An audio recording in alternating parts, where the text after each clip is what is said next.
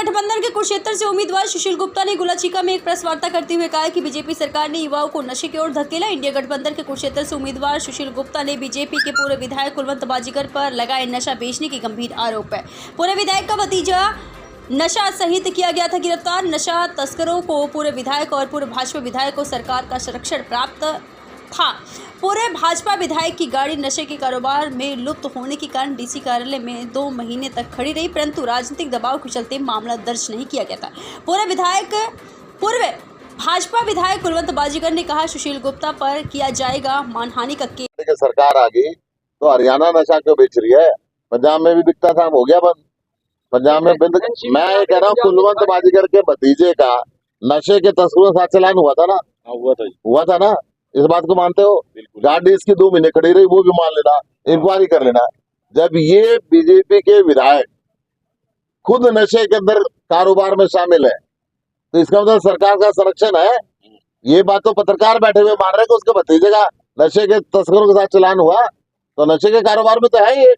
और नशे के कारोबार में जब है तो यही हम कह रहे हैं कि नशे के कारोबार में है, खुद नशा खुद बेचती है बीजेपी। हरियाणा के जवान को तबाह करने की जिम्मेदारी बीजेपी की है। हरियाणा के जवान को इजराइल भेज के मरवाने की जिम्मेदारी बीजेपी की है। हरियाणा के जवान को बिना ब्याह के बूढ़ा कर देने की जिम्मेदारी बीजेपी की है। आज ये नौकरी दे देते तो शादी हो जाती, रांडो की वो निभानी पड़ती पेंशन।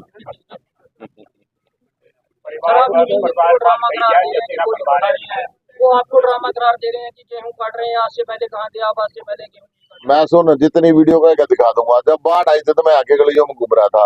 जब कोरोना आया था मैं ऑक्सीजन के अंदर खोल रहा था। मेरे मोबाइल में अभी दे दूंगा मैं आपको। मैं नवीन जिंदल से चैलेंज कर रहा हूँ, 10 साल के अंदर एक भी दिन आया हो तो मुझे बता दे।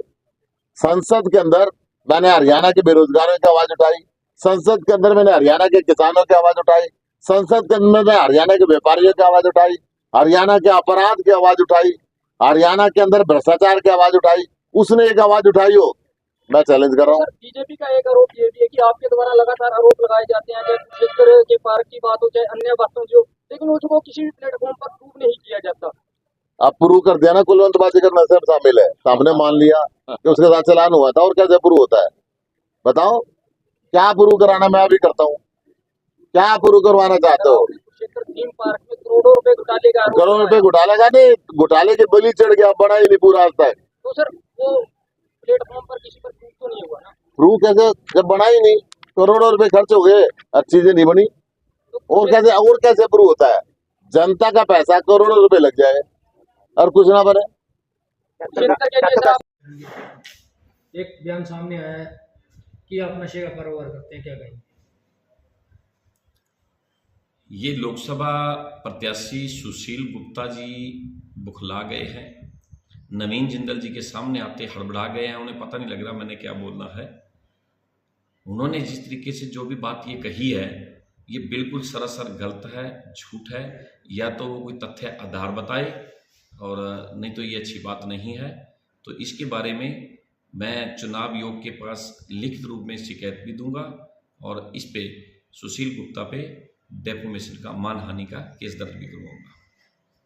इसमें सच्चाई ये देखिए, पहली बात तो इसको कानून का ही नहीं पता। अब जो आसपास बैठे हुए जो उसको बता रहे हैं, क्योंकि ये बाहर का आदमी है, इसको लोकल यहाँ किसी चीज़ का कोई पता नहीं है। जो भी इसको जिस तरीके से बकाया गया है, जिस तरीके से बताया गया है, इसको अपनी बुद्धि से काम लेना चाहिए, झूठ आधार नहीं बोलना चाहिए। और जो कह रहा है डीसी ऑफिस में गाड़ी खड़ी रही, पहले तो इसको नॉलेज होनी चाहिए कि अगर कोई ऐसे केस होते हैं तो एसपी ऑफिस या पुलिस में, थाने में गाड़ी खड़ी होती है, डीसी ऑफिस में नहीं खड़ी होती। और इसका ये मुझे जवाब दे, मेरे को ये बताए, इसको ये प्रूव करना पड़ेगा। मैं और एक मेरा भाई बलवंत, कुलवंत और बलवंत 2 भाई हैं।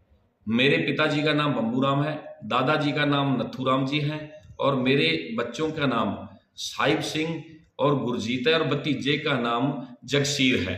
इन पे कभी आज तक कोई भी किसी तरीके से कार्रवाई बताए तो अगर कोई और बिना मतलब बेवजह बात करता रहे तो ये अच्छी बात नहीं है। उसको सोच समझ के बयान देने चाहिए, चुनाव ठीक तरीके से लड़े, क्योंकि ये भी एक चुनाव की उल्लंघना है कि इस तरीके से अगर कोई बात ना आए तो झूठी बातें बोलता रहना। तो इसीलिए चुनाव आयोग के पास शिकायत देंगे। तो मैं तो एक बात कहूँगा, या तो जल्दी ही ये मेरे से माफ़ी मांगे कि भूल में कही गई है, उससे भी गलती हो गई है, तो नहीं तो मैं बख्शूंगा नहीं, इसके खिलाफ कार्रवाई करूँगा।